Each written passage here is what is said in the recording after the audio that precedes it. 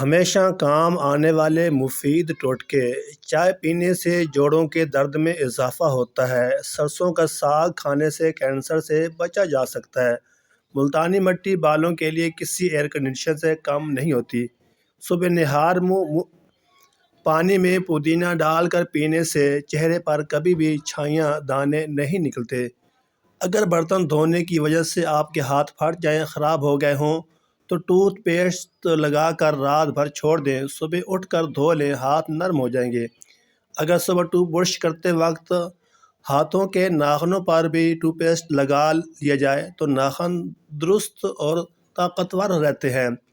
ہفتے میں ایک بار پیشاب والی جگہ پر سرسوں کا تیل ضرور لگا لیا کرو، اس سے زندگی بھر بواسیر کا مسئلہ نہیں ہوگا۔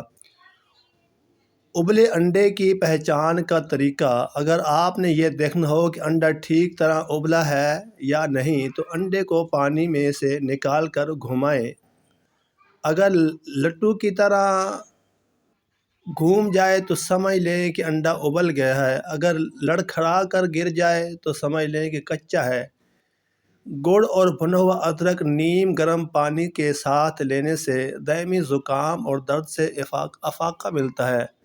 سردیوں میں ہیٹر کا بہت زیادہ استعمال نقصان دہ ثابت ہو سکتا ہے۔ جب بھی ہیٹر چلانا ہو تو کمرے میں ایک بالٹی پانی کی رکھ لیں